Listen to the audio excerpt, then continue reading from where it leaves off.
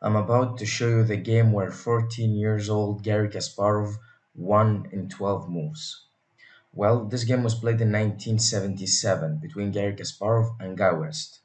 Garry Kasparov started the game with 1e4, c5 by Guy West, 3, and knight to f6, attacking the pawn, the e-pawn, and the knight to c3, defending the pawn, e6 and d4, striking the center, c takes d4, and knight takes d4, and bishop to b4, attacking the knight.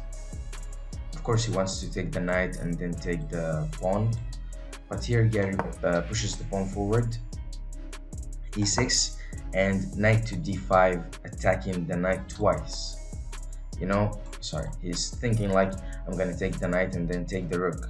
I mean, if Garry plays a weird move, maybe I don't know, bishop here, then knight takes, and if you take, I take, and then I take the rook.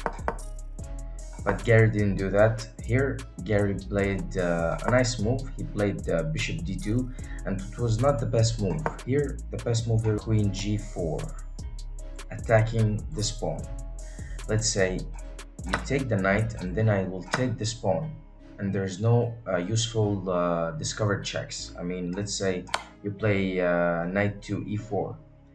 I will simply block the check, and if anyone is better, it's me. I'm attacking your rook and I'm attacking your bishop. So Guy West didn't go for any of that because simply Garry played bishop to d2. Okay, knight takes and pawn takes. And here Guy makes a weird choice. He plays bishop back to the beginning square, bishop to f8, and bishop to d3, developing the bishop, and d6, queen e2, and knight b to d7, and that was a blunder. Here, if you can look, Guy here blocked the defense of this pawn by the bishop.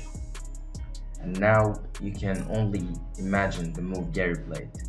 Garry here sacrificed the knight.